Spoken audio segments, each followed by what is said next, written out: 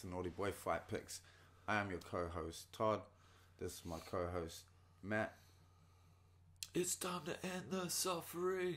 One of the best things about watching 18 hours of UFC in one day and losing 9.7 units is just having that song play over and over in your head, reminding you you're a degenerate gambler. I need a minute to myself. Oh man, it's horrible. I just went out to the car to grab something. It's just in my head on loop. Never mind. Anyhow, great day of fights, night, depending on where you were. Matty went out, did his work that he's complaining about last week. Caught up. So this is obviously the recap video for 231. We'll run through the prelims quickly, probably. The ones we saw together, we might have a bit of discussion, but obviously we'll rip into the main card. The fights, Matt hasn't seen a few fights, so I'll just give them a very brief overview. What about an overview? Just give them a quick overview, right? I'll do an overview, sure. Just before we get into the recap, I'll go over my bets, which is fucking embarrassing. Worst night of betting I've had thus far. Lost 9.7 units, so I ain't got much to say about that, except I got a couple parlays set up for next week, so fucking, I think this is the third or fourth time I've been on a 3-event streak and I've never hit the 4 in a row. Really? No. What was different about today, do you think? Well, Gedalia fucked me up. And yeah, a couple reads slightly off. So I thought Bogniak. He did have the ingredients there to get that win, but didn't quite. A lot of close fights, eh? Yeah, it was. He didn't quite put it together. And I should have kept fading Laprice. Like I faded him last time he got knocked out. Fuck your face, Laprice. I should have stayed on that shit. Yeah. So that was the gambling. Let's rip into this fucking card because it's, according to my laptop, it's 11:45, but it's actually 9:45. So first fight of the night, pretty pleased with this one. Alexander Rakic taking out Devin Clark, and it was a first round finish, wasn't it? Yeah, it was a first round finish after there were like some pretty there was a bit of a shonky decision thrown with some blatantly illegal knees. Yeah, they were illegal knees. Rakic, especially since Rakic purposefully put his hands on the canvas so he wouldn't get kneed, and then he got fucking kneed. Okay, I know there's like part of the rule change was there was some preventative measures put in, like building around people who stick their hand on the mat, not to regain balance or to, advance position, but to stop themselves getting kneed in the head. But he had 4 points of contact, so he actually stuck both hands down on the net, palms down. Yeah. And that was right in front of the referee too. Was lucky that none of those were fight-ending knees, otherwise it would have been a fucking mess. Because it would have been like, the ref didn't call it, blah, blah, blah, and no contest or some bullshit. So fortunately, Rakic looks pretty tough because he got dropped a couple times throwing his leg kick, which is something he may want to look at because that was no good. But apart from that, more good things from him. He's 3 in a row now, 3-0 in the UFC. I like that dude. And man, that back fist, it was one of those shots that didn't look like it should drop someone, but it fucking did. I think he's been at the same kung fu school as Theodoro. True? Yeah, It was the day of the back fists. It was, eh? Yeah. Yeah, it was just a return to tradition. There was actually a lot of kind of traditional martial art techniques performed today. Yeah, absolutely. Which is it is mixed martial arts, so they should form a component. It's interesting how kind of MMA, evolves in different directions, and I don't think it's a return to traditional martial arts, but it still shows that they have a place and they're relevant in contemporary, mixed martial arts. Yeah, and you never know when a dude will pop back up with an adaptation of a traditional style that will fucking bamboozle the shit out of everyone until he gets figured out, and then I'm sure that'll happen again. We'll see fireballs next week. Yeah, I hope so. Next fight up, Diego Ferreira versus the Game, and on short notice, someone Nelson, I forget his first name. And he came out and looked like he was gonna fucking finish Fajita, and then he gassed real hard, and then Fajita just beat the piss out of him. Really. Yeah, there was a bit of boxing involved in this one, like a bit of close range stuff. Yeah. This was as I was setting up to go to work, and I was kind of chipping away on the laptop and watching it in the distance. Yeah. Fajita, what I liked about this was he did get hurt early, but then he just jumped back in the pocket and fucking like slugged it out and got the win. So that was fun. Next fight of the night, this one, Matty called correctly, I called incorrectly. Chad Laprice getting absolutely smoked with a beautiful left hook from... Wait, is this one Douglas Lima, or is this Douglas? What's the brother called? That ain't Douglas Lima. Isn't that Phil? No, he's Brazilian. Lima Bean. No Brazilian, self-respecting Brazilian calls himself Philip. Lima. Yeah, Lima. Yeah. Fuck, I see. P. Lima. They look exactly the same, which makes it hard to remember which one's which. Lima. Except the one in Bellator is good and he wins fights.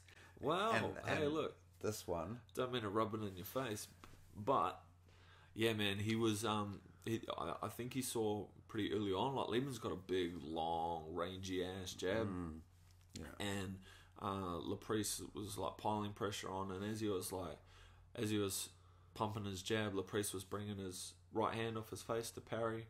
A lot of martial MMA gloves are small. A lot of people favour a high guard where you block the punch with your forearm and counter back off that rather than bringing it away from your face.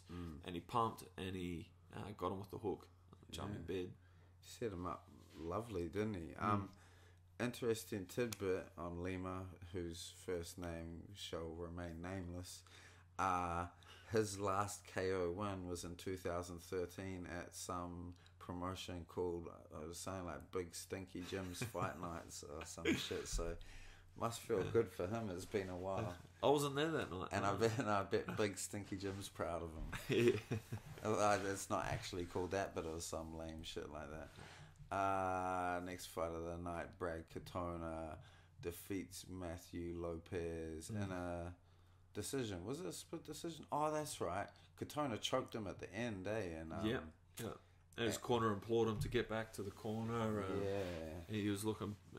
It was... Like, we watched a couple of replays, but it was hard to see whether or not he was actually out or whether, he was slowly kind of coming back to full consciousness. But Katona turned it on in that fight, man. He's got a lot of tools in the kitty. Yeah, and Lopez did look to gas, and either way, I think the decision was going Katona's way anyway. Good on him. That's his, because it's his second UFC fight, but his first one was against some other guy from the Ultimate Fighter show. So this is kind of like a bit of a coming out party for Katona, I guess, having what you might consider a more legit UFC fight under his belt and a win. Next fight of the night, fucking Elias Theodorou versus Eric Anders. And Eric Anders, like always, tries to fucking hit people with a left hand but does nothing to set it up. Frustrating to watch, eh? Yeah. Fucking watching Theodorou any day of the week is frustrating to watch. He was up to some crazy shit tonight. But what's the thing he does? Is that setup he always does is real. Well, there's a couple of things he was doing, but one's quite admirable because he actually landed it 3 times, which is a spinning back fist into an inside leg kick on the far side leg. Yeah, which is pretty impressive. Yeah, fuck man, he just looks like point fighting basically. But one thing that Theodorou's got going for him is when he does get someone does catch up with him and clinches him, he's got really good dirty boxing, like hard dirty boxing, elbows from the clinch. Yeah, whenever they end up in a clinch position, he lands a bunch of strikes. Anders lands none, and that could be the thing that I think he was winning the stand-up for the most part. He did lose the second round, I thought, because Anders fucking hurt him. But yeah, those positions, I feel like, secure a lot of the fight for him and kind of swing it his way because, yeah. But there was lots of the typical Theodora shit, like kicking the air and... Yeah, kicking 2 feet in front of someone's face. Yeah. Look, Anders has got like, so if your main weapon is that rear hand and it's like a nuclear missile, you got to give them something else to think about. Yeah. You can't just keep that cocked and loaded and just stalk people. Because Theodora was just waiting for it, slipping outside and kneeing, or slipping outside and uppercutting. He's got to start pumping a jab or just or kicking, because he's got a pretty nice kick off that rear leg. You got to start mixing something else in there. If you're Anders' coach, would you make a loop of every time Theodora ducked under the left hand and just like make him watch it for hours? Because it'd be like a long loop of men that like 30, 40 times he ducked under the left hand with like just so easily it'd be like, oh yeah, left hand's going. All right, that should do the trick, eh? Yeah, good. This point you left to go to work, did you? Yeah. This one I disappeared. I caught a little bit of the Jessica I fight. I watched Tom Green walk out with her, and that was about it. Yeah, so Jessica I Chukagian. Not much to say about this except I thought I swept the fight 30-27. Chukagian, it was good to see someone fucking pick apart her bullshit style, and that made me happy. So Jessica but it was hilarious you missed the post-fight. So remember that last time we saw Jessica I win and she'd like come off a massive losing streak and she won that one fight against someone no one cares about and she was like, I want the title shot, like I've earned it. She did that shit again. She was like, I want the next title shot, like yelling and screaming. So who are you? Like, what do you think this is? Fucking hilarious. She's one delusional motherfucker, but good on her for being Chukagian, because I can't stand Chukagian. Next fight up that you missed was one I might recommend watching if you felt like watching more fights. Olivier Aubin-Mercier versus Gilbert Burns. Fun back and forth for the first couple of rounds, but Burns kind of came on strong, and fuck, Burns is good, man. And it made me think about Daniel Hooker, like I was saying to you before, how impressive it makes his performance against Burns look, because OAM ain't a bum. Like, he's a big, strong, physical guy. And he's known, like, I think he has the best takedown accuracy in that division. And Burns was winning the grappling and wrestling exchanges. His jiu-jitsu is incredible, obviously, but man, his power and his striking look good. He's a tough opponent, man, and Hooker smoked him. So that made me feel good about next week. So good performance for Burns to get back on track, and that's two losses in a row for OAM, which is a bit of a bummer for him. I like that dude as well, man. He's not the most exciting, but he seems like a good character. Next fight of the night, this one fucked me up real bad. Claudia Gadelha losing to Nina Ansaroff. Did she? Yeah. Hey. So wow. Crazy, right? Couple things in this. I think Ansaroff has been improving, and it's been easy to notice that, but I don't think that she would have improved to a level where she would like take a pretty easy win off Gadelha. But then the other factor was Gadelha is known for gassing, but not usually till like near the end of the second, third round. But it began to happen in the first round here. So and Gadelha didn't look good in her last fight against Esparza. So I wonder what's up with her. Maybe she was trying to make babies with Ortega. Yeah, possibly. The other thing too, I think Gadelha has new boobs, which always buzzes me out with fighters, because imagine every time you're cutting weight and you got that little last bit to come off, and you're like, oh fuck these boobs. I've never said that. No, of course not. So that was that, and then we get to the main card, which now we've got Matt back. Well, he hasn't left. You never left, eh? No, I never left you. First fight of the main card, what a fucking banger. Jimmy Manuel versus Thiago Marreta Santos. Dang, son. It was good, eh? We called it. Yeah. Mind you, don't have to be, Mr. Mike, not to understand that those two being put in a cage together isn't going to last particularly long. Someone's going to get punched in the head hard. Yeah, very hard. And Manawa's chin, dude, he's had it like surgically reinforced recently. Yeah, something's up with that. Went to the same doctor as Claudia, I think. This guy. It is full of silicone as well. Yeah.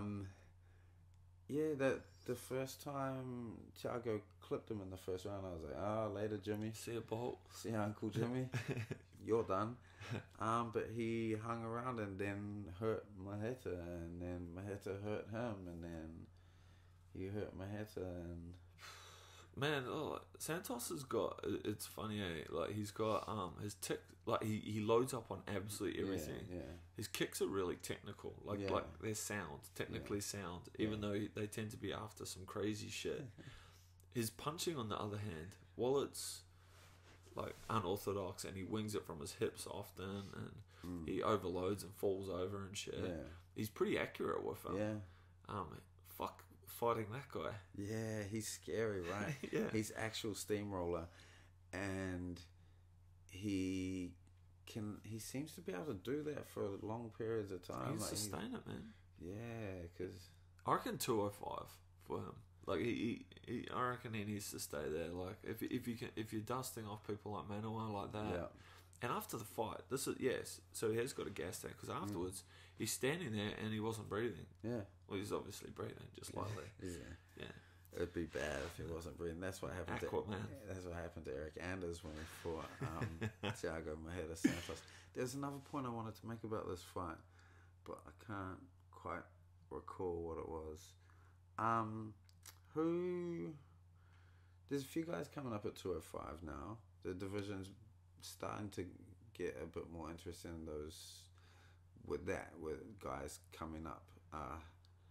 Got Maheta now. Obviously, Anthony Smith did his thing, and he's near the top now. Then you got Dominic Reyes, Alexander Rakic coming up. We could have a newish looking top 10 in the next couple years, which would be nice. And within the next year, probably. Like Santos, Manoa was in the top 15, was he not? Yeah. Top 10. Yeah. So Santos, he's snuck in there somewhere. And it's an interesting division, because it is one of the top heavy divisions. Yeah. So there's quite a bit of wriggle room, and then you're going to have guys like Tyson Pedro and stuff coming up through the ranks over the next 12 months as well, when they get a bit more seasoned. It's going to make for some interesting fights. Yeah. A lot of heavy hitters. Like the shape of 205's changed a little bit. You got guys who are exceptionally well conditioned and big and long, not the muscle bound kind of 205ers of the past. Yeah, it's exciting. There's none of those guys are going to beat John Jones that way. So once he retires, then we may start talking about contenders and new champions and shit. But that was cool. And did Santos? I think Santos got a bonus too, performance bonus. Good for him. Because do you know he has his own charity that's like solely funded by him? For street kids in his hometown. That's cool. Fucking dope, eh? Yeah, I love that dude. And then he is the sledgehammer, the man. Hakeem Dawodu versus Kyle Bochniak. I had a little play on Bochniak, and I wasn't supremely confident, but I saw a path to victory. And he implemented it in places, but then he did a lot of dumb shit too. Well, so recalling back to the preview, you were talking about Bochniak's kind of path to victory being a lot of lateral movement and not standing in front of what's overwhelmingly a Dutch kind of style Dawodu, and he started off like that, and that allowed him to load some unorthodox calf kicks and coming in pretty low. What I noticed about Bochniak is he was fainting. And he would step in, but he was stepping from outer range into range, and then he'd pause, get lit up, and step back out without doing anything. And it was frustrating to watch. And then, as the fight drew on, I said to you, I reckon he's trying to draw that lead kick and throw his right hand. And I saw that happen a couple of times. But if Hakeem went with the hands, he didn't have an answer for that, eh? Well, Dawodu was unpredictable. He's not a one-trick pony, and he was coming in bunches and combinations, which is Dutch style striking. Yeah. It's funny you should mention that too, because apparently Bokniak had said before the fight he's the most, what do you say, the most like athletic or the most athletically gifted guy I've ever faced, but also the most predictable. So he was perhaps going and underestimating Hakeem. And like if you've seen other fights, Hakeem does begin by pretty much only throwing the leg kick. Sure. And he doesn't let the hands go till later. That's something I saw in his previous fights. But then, he had good answers for that today. And Duwaru looks real talented, but there still wasn't really a performance where you're like, oh shit. He only seemed to really turn it up in the third round though. Like I kind of feel like he's just cruising along in third gear. He doesn't look to be overextending in any regard of his game. He's just kind of cruising along, getting the job done. But in the third round, he did turn up a little bit. Like, you saw some glimpses, and he hurt Bokniak at the end too when he did turn it up. Sure, so. He hits hard, man. Yeah, oh fuck yeah, and fast. So a good one for Duwaru. Bokniak's coming off 2 losses now, so a bit tough for him. We'll see what happens there. On to the next one. Yeah.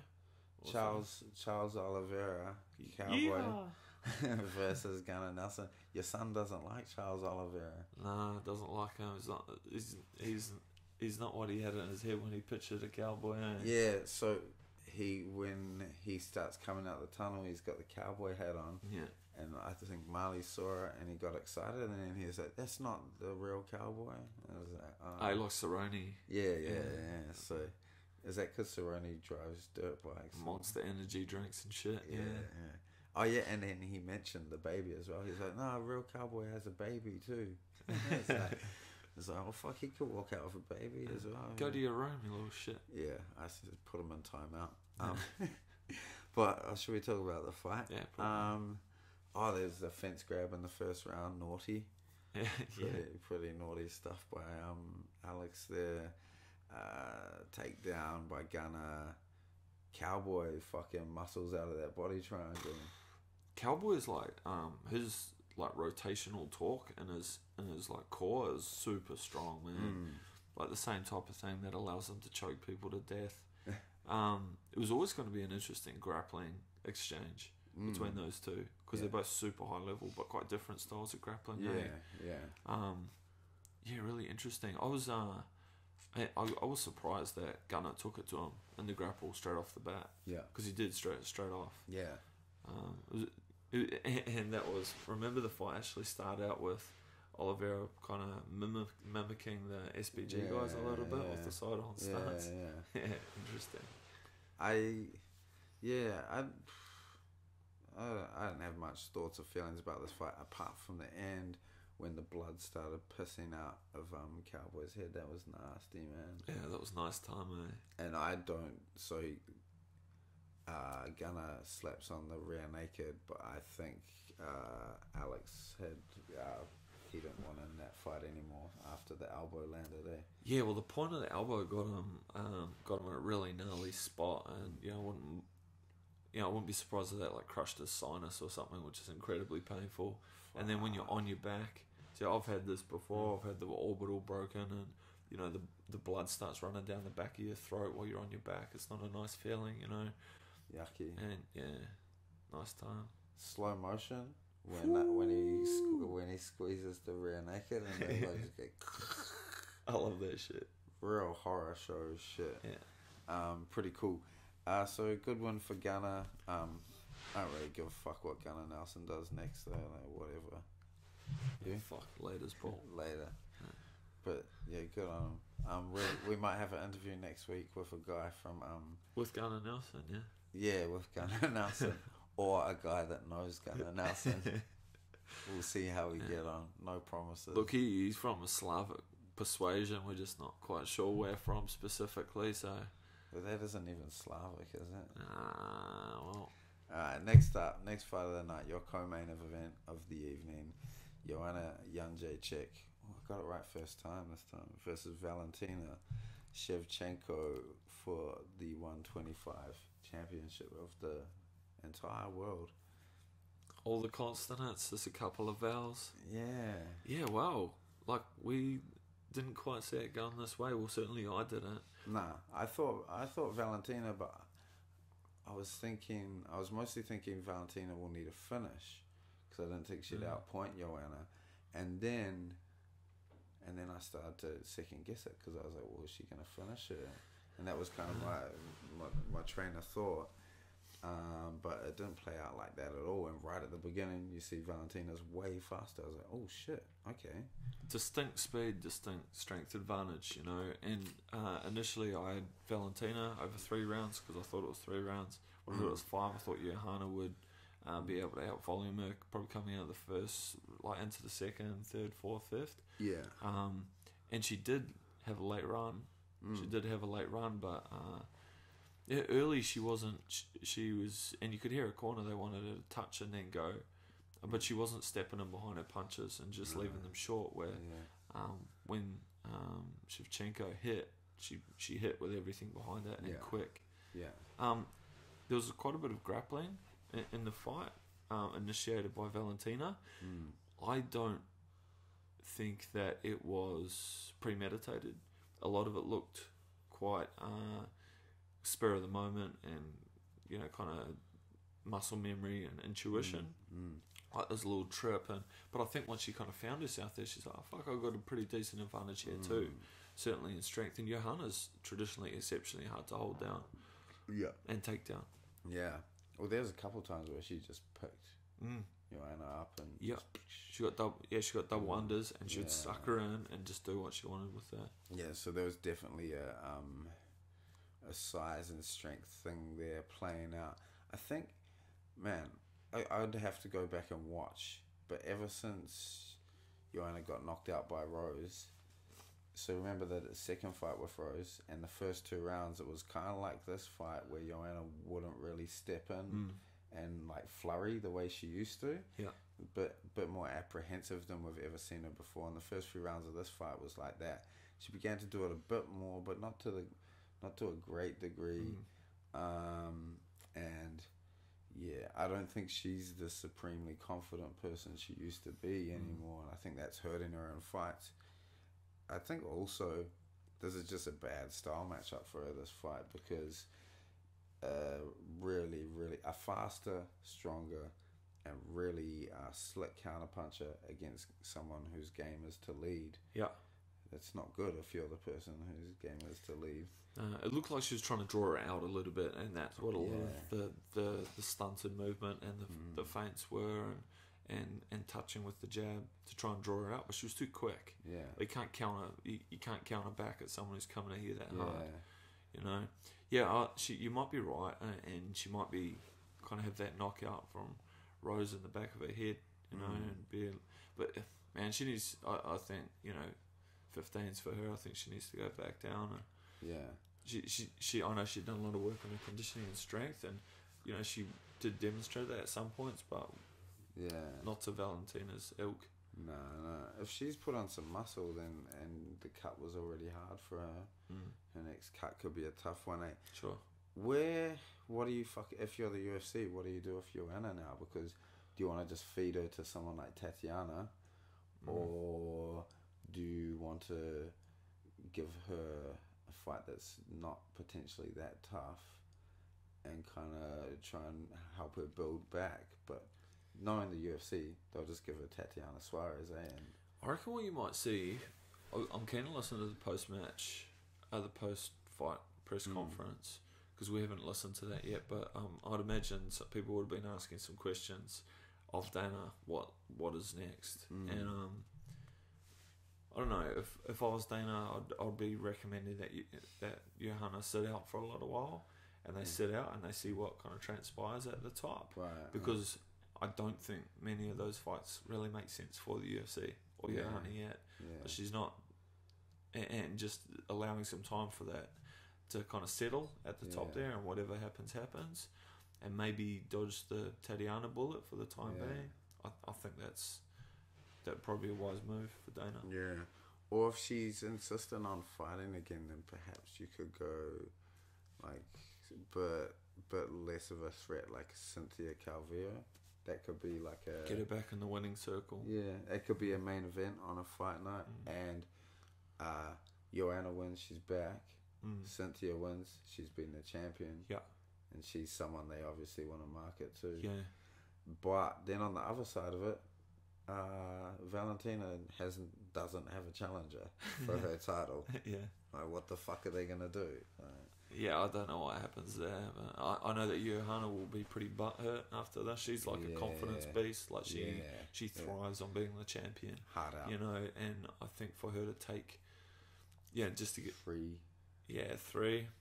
Maybe it's worth just giving her a bit of a slightly easier fight just to get back in the winning circle, get her confidence back up. Yeah, fuck, she does need that. Oh, is it 3 in a row? Or did she ever win in the meantime? She beat. Did she beat Carolina? She beat someone, didn't she? Fucking, I don't know. We'll get onto our statistics department. Well, has she just lost 3 in a row? Either way, things are bad for JJ. They're not going great. But yeah, then 125, man. Can someone go up or come down? Because I don't think there's anyone in that division apart from maybe her sister who's had 1 fight. I don't think we're going to see her fighting her sister. Imagine how big that would be though as an event. So her sister, they had some sort of beef. Like, it comes out over Christmas. Antonina was behind the shootout in the cafe. True. She set them up. She was jealous of Valentina's success. Yeah. And now they're going to square off. For NRA or some shit. Yeah. Illuminati. Yeah. Fuck. Sorry, I'm being ridiculous, but yeah, I don't know what they'll do with Valentina. But also, I love Valentina. I love her interviews. They're fucking awesome. And her post-fight one was great as usual, and she did the dance, and I'm happy for her to have a belt, even though I think that division, I can't see what's going to happen there. Main event of the night, also fight of the night, Max Bless Holloway versus Brian T-City Ortega. What do you say? Where do you start with this? Should we start with Holloway's right hand that he just repeatedly smashed Ortega with? Yeah, it's probably a good starting point, right? That thing was just laser guided tonight. Yeah. Wow. Like, no matter where the fight went, that thing just found a home. And and as you said, it found a home perfectly at the end of the range. Yeah.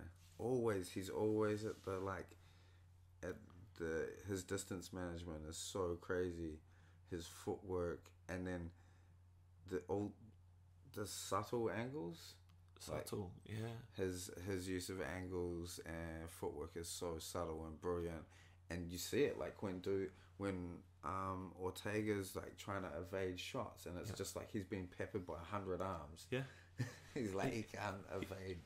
He'll often take the angle after he's landed a straight punch of any variety, whether it's a right hand, whether it's a double jab, whether it's a 1-2. He'll take that slight angle, and as his opponent gathers their guard, their defenses back up, he cuts that slight angle and come in behind the guard, and he was landing it flush and across the chin, which is he doesn't load up on his shots, like he peppers away, death by 1,000 cuts.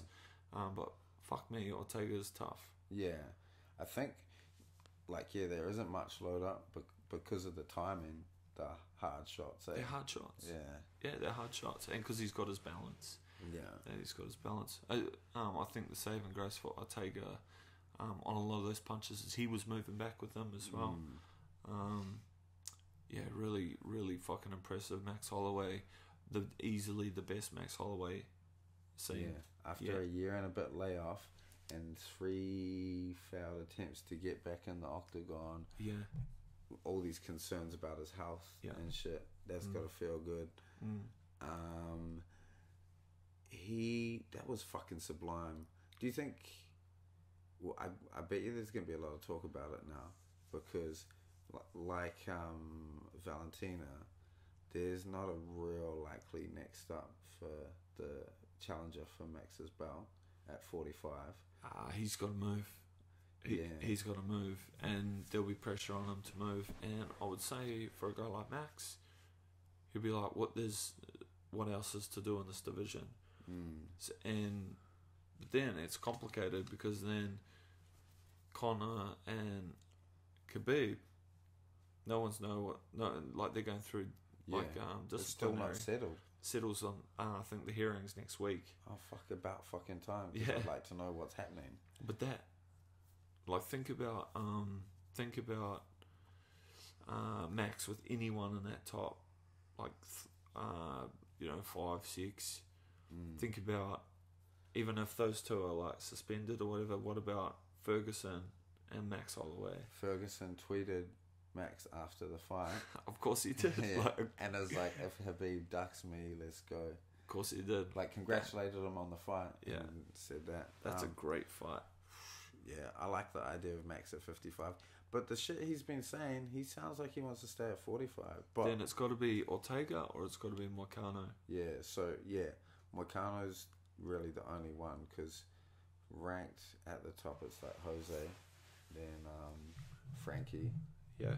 and those guys ain't getting touched. And look, on Ortega, for, like, he went out on a shield, or other than, we'll talk about the corner in a sec, but, he was tough, and, he was still attacking. The third round was probably his. Yeah. But his performance probably doesn't yet deserve a rematch. Yeah. You know what I mean? And in like the true kind of the true way that rematches are usually afforded, in like a really 50-50 kind of even contest. Yeah. It wasn't that. Nah, no way. And I think another good case against the rematch soon is that there was massive improvements from Ortega.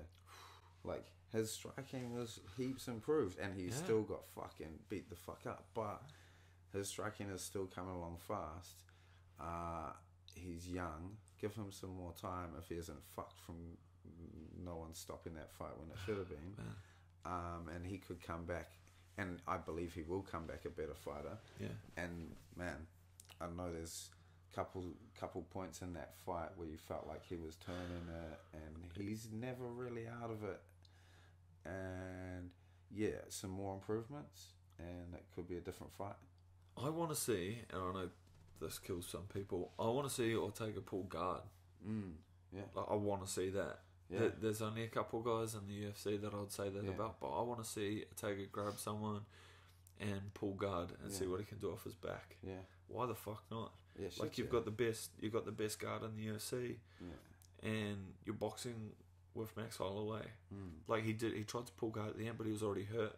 I want to see a dry, fresh Ortega pull guard on someone. Well, how's when he got takedown in the first, and you're like, oh fuck. Yeah. This is serious. He started trying playing tricky buggers, looking for a leg. Yeah. It's interesting. So much to discuss about this fight, but that rally in the third from Ortega, that was crazy.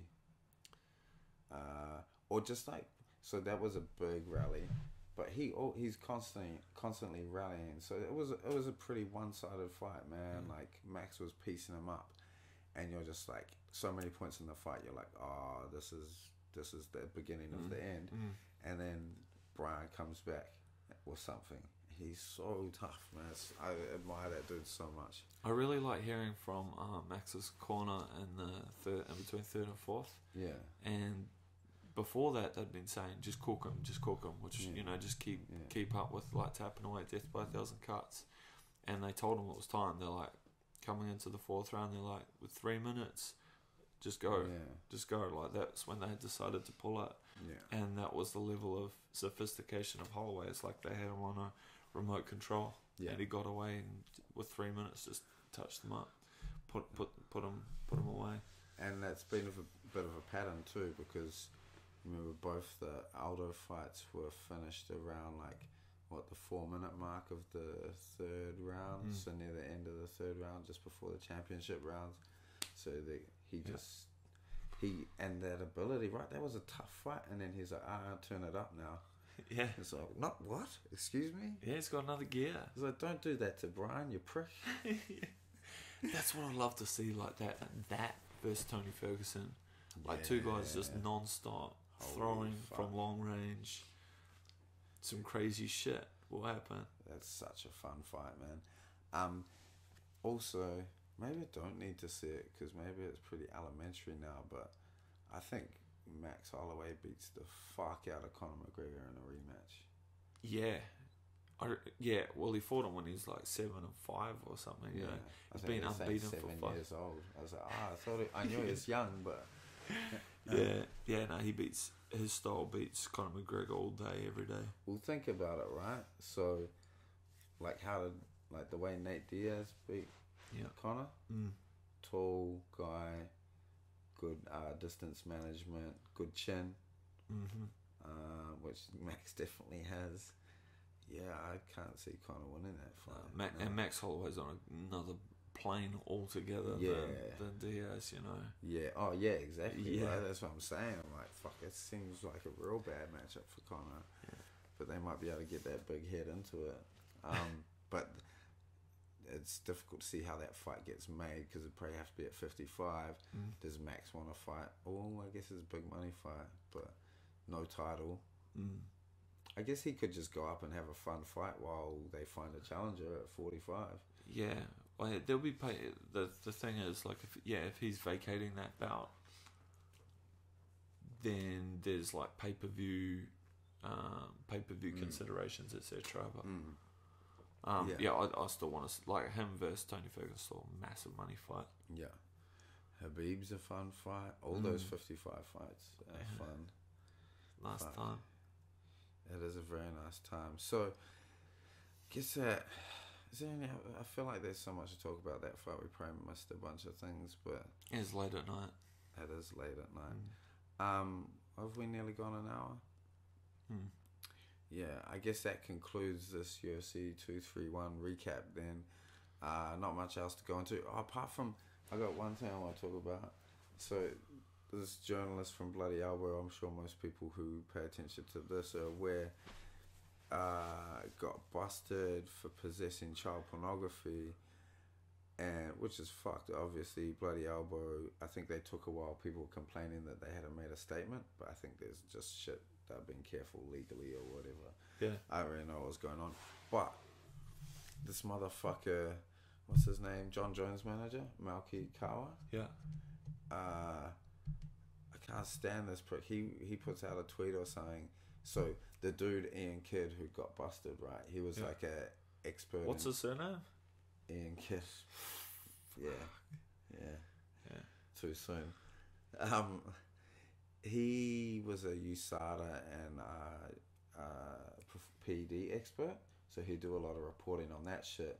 Obviously so he reported on John Jones a lot. And John Jones' manager comes out, and he kind of like was reveling in the fact that this had happened, which is whatever, you know, like, I mean, I hope no young people were hurt, but he just took this opportunity to try and vindicate his fighter as if the two things are related.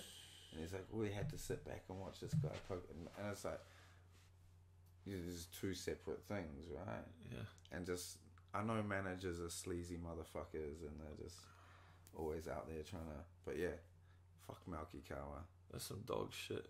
Yeah, it's just like, imagine you like being like, oh, this is my opportunity to fucking point score. It's like, I think you have to point score with this dude. You could take the high road.